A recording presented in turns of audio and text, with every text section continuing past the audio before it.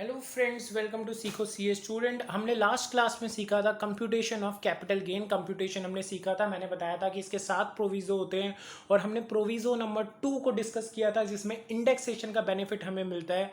अब हम बात करेंगे आज प्रोविज़ो 1 की। प्रोविज़ो 1 से मैं आपको पहले बता दूं, आपने आई होप प्रोविज़ो 2 देख लिया होगा। और प्रोविज़ो 2 में एक बात और कही जाती है जो कि मैं आपको बुक में दिखाता हूँ। प्रोविजो 2 कहता है कि the proviso is not applicable where first proviso applies. तो क्या कहना चाहता है, मतलब प्रोविजो फर्स्ट जहां पर लगता है वहां पर प्रोविजो नंबर 2 नहीं लगता है। देखिए दोस्तों, प्रोविजो फर्स्ट कहता क्या है, पहले मैं आपको ये बताता हूँ, एक एग्जांपल लेके दिखाता हूँ।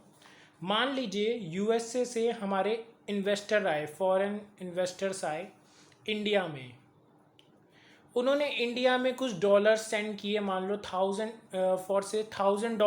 यहाँ पर इंडिया में उन्होंने शेयर्स खरीदे। ठीक है, $1000 के। तो उन्होंने क्या करा, उन्होंने जब शेयर्स खरीदे इंडिया में, तो इंडिया में कुछ नंबर ऑफ शेयर्स खरीदे। तब डॉलर की रेट चल रही थी यहाँ पर मान लीजिए 50 रुपीज़। लेकिन जब उन शेयर्स का प्राइसेस बढ़ गया, मान लो पहले शेयर था 20 रुपए का, उस शेयर का बाद में प्राइस हो गया 30 रुपीज़। तो फॉरेन इन्वेस्टर को लगा अरे वाह, यहाँ पर तो शेयर का प्राइस 10 रुपये बढ़ गया है, क्यों ना हम इन शेयर्स को वापस ले लें। तो जैसे ही इनको ये सेल करेंगे तो उनको पता चला कि यहाँ पर $1 की रेट अब 70 रुपीज़ हो चुकी है। तो इन्होंने क्या देखा कि हमारा लॉस हो रहा है। मतलब इंडिया में अगर शेयर प्राइस बढ़ रहा है, शेयर मार्केट यहाँ पर अच्छी है, शेयर प्राइस बढ़ रहा है, लेकिन साथ ही साथ यहाँ पर डॉलर का रेट भी डिक्रीज हो रहा है। डॉलर का रेट डिक्रीज होने की वजह से तो उनका तो कोई फायदा ही नहीं हो रहा बल्कि लॉस हो रहा है। तो इंडियन गवर्नमेंट ने क्या कहा, इंडियन गवर्नमेंट ने कहा आप ऐसा कीजिए। पहले क्या होता था, पहले इंडियन गवर्नमेंट क्या कहती थी, इनको शेयर के प्राइस जब बढ़ते थे और ये जो बेचते थे, तो इंडियन रुपीस में जो भी अमाउंट आता था, कैपिटल गेन आता था, उस पर भी टैक्स लेती थी। और उनका जो शेयर डॉलर का अमाउंट गिर जाता था, वो प्राइस प्लस में टैक्स, उनका तो एक हैवी लॉस हो जाता था। तो उन्होंने सोचा कि हम इंडिया में इन्वेस्ट ही नहीं करेंगे। तो हमारी गवर्नमेंट ने बोला कि तुम ऐसा करो, जो भी आप इन्वेस्ट करोगे इंडिया में, आप जो भी इंडिया में अमाउंट को इन्वेस्ट करोगे अपने डॉलर से रुपीज़ में, तो हम लोग क्या करेंगे, आपके रुपीज़ से डॉलर में ही अमाउंट को देखेंगे और उससे हम आपके कैपिटल गेन को निकालेंगे। कैसे ये निकालते हैं मैं आपको दिखाता हूँ, देखिए। पहली बात, इस सेक्शन को लगाने के लिए, इस प्रोविजो को लगाने के लिए 3 कंडीशंस होनी चाहिए। जो एसएससी है वो नॉन रेसिडेंट होना चाहिए। ओके, हम लर्न कर लेते हैं।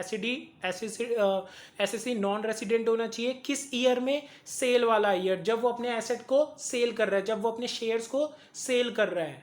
ठीक है। उसके बाद जो एसेट है वो share debenture of Indian company ही होने चाहिए। वो शेयर या डिबेंचर ही हो सकते हैं। वो हम किसी और कैपिटल एसेट की बात यहाँ पर नहीं कर रहे हैं, जैसे बिल्डिंग विल्डिंग नहीं, हम बस शेयर्स और डिबेंचर्स की बात कर रहे हैं। Second condition. Third condition is कि आप जो ये एसेट को एक्वायर कर रहे हो वो कन्वर्टिबल फॉरेन करेंसी में ही होना चाहिए। मतलब आप अपना यहाँ से डॉलर्स ला रहे हो और यहाँ पर इंडिया में कन्वर्ट करवा के रुपीज़ को और इन्वेस्ट कर रहे हो और सेल करते टाइम उल्टा कर रहे हो। ठीक है। तो हमने कहा देखो कंप्यूटेशन ऐसे होती है, ध्यान से देखना। मैंने बोला fair value of full consideration हम लेंगे, सॉरी फेयर वैल्यू नहीं, फुल कंसिडरेशन हम लेंगे, फुल कंसिडरेशन अमाउंट लेंगे, जैसे हम पहले लेते थे। फुल वैल्यू ऑफ कंसिडरेशन हम इसे बोलते हैं। इसमें मैंने लिखा है average rate on the date of transfer लेंगे। मतलब पहली बात, फुल कंसिडरेशन जो लेंगे हम डॉलर्स में लेंगे, लेकिन डॉलर्स को हम कन्वर्ट कैसे करेंगे? Average rate on date of transfer. Average rate होता क्या है? तो एवरेज रेट होता है TTBR plus TTSR divided by 2। अब क्वेश्चन आता है TTBR TTSR क्या होता है?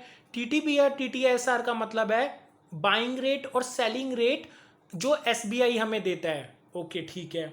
तो यहाँ पर हम डेट ऑफ ट्रांसफर का एवरेज लेंगे minus transfer expenses, average rate on date of transfer, यहाँ भी ट्रांसफर की बात कर रहे हैं, माइनस ये हो गया नेट कंसिडरेशन। इसमें से हम कॉस्ट ऑफ एक्विजिशन माइनस कर देंगे और कॉस्ट ऑफ एक्विजिशन में हम average rate on date of acquisition लेंगे, मतलब जब हमने एक्वायर किया था उस दिन का ही एवरेज रेट लेंगे। फिर माइनस करके हमारा आ गया कैपिटल गेन, और कैपिटल गेन जो भी हमारा डॉलर्स में निकला है उसको हम कन्वर्ट करेंगे in Indian rupees by applying TTBR on the date of transfer. जब हमने ट्रांसफर किया है उसमें हम बस TTBR लेंगे, उसमें हम एवरेज नहीं करेंगे, बस TTBR लेंगे, मतलब कम वाला रुपीज लेंगे। तो हमने उनको एक तरीके का फायदा दे दिया। लेकिन यहां पर हमें बेनिफिट नहीं मिलेगा प्रोविजो 2 का। किसका? इंडेक्सेशन का बेनिफिट हमें यहां नहीं मिलेगा। अच्छा, मतलब अगर लॉन्ग टर्म है, शॉर्ट टर्म है, इंडेक्सेशन का कोई मतलब नहीं है। लॉन्ग टर्म हो गया, इंडेक्सेशन नहीं मिलेगा। ठीक है, अब हम एक एग्जांपल यहां पर देख लेते हैं। हेयर वी आर, आपके सामने एग्जांपल है, आप इसको रीड कर सकते हैं पॉज करके। अब मैं इसको करवाना शुरू करवाता हूं। देखिए, आई होप आपने रीड कर लिया होगा। इसमें क्या है, जो मिसेस सनी है, मैं आपको बताता हूँ, फेयर वैल्यू जो है उसकी 21 लाख रुपए है, मतलब 21 लाख रुपए का हमारा सेल प्राइस था।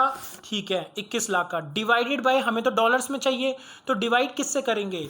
तो हमें हमें यहाँ पर पता है एवरेज रेट ऑफ ट्रांसफर देखेंगे। ठीक है, तो ट्रांसफ़र की डेट क्या है? ट्रांसफ़र की डेट है हमारी ये वाली 14/2/2021। तो हमने इन दोनों का एवरेज किया, TTBR plus TTSR divided by 2, that is 57। तो 57 से हम डिवाइड करके डॉलर्स का रेट निकाल लेंगे।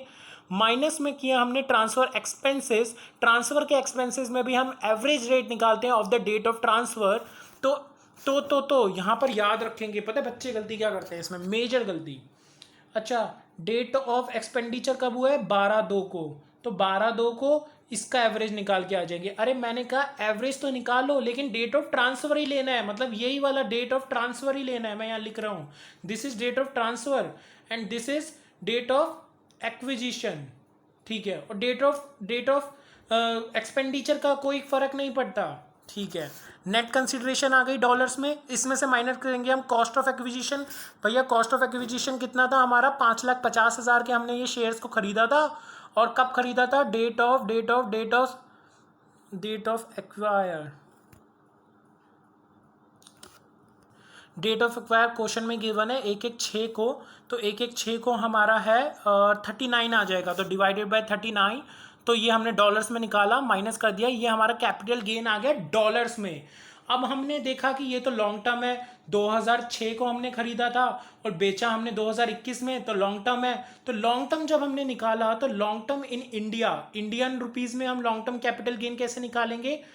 दिस, मतलब ये जो हमारा कैपिटल गेन आया है डॉलर्स में मल्टीप्लाई बाय, अब ध्यान से देखना, मैंने क्या बोला था यहाँ पर, रिकन्वर्ट करेंगे into Indian rupees by applying TTBR। यहाँ पर एवरेज की बात नहीं कही, TTBR on transfer date. Transfer date में क्या था हमारा? TTBR 56 और TTSR 58। तो हम यहाँ पर 56 लेंगे। तो this is very important here, 56 लेंगे और ये अमाउंट निकाल लेंगे। इसके साथ ये एग्जाम्पल खत्म होता है और आई होप मैंने आपको अच्छे से बताया। इसके अलावा आपको कोई भी डाउट हो तो आप 9871349997 पे मैसेज करके मुझसे पूछ सकते हैं या कॉल करके पूछ सकते हैं। तो अगली बार नेक्स्ट वीडियो में मिलते हैं।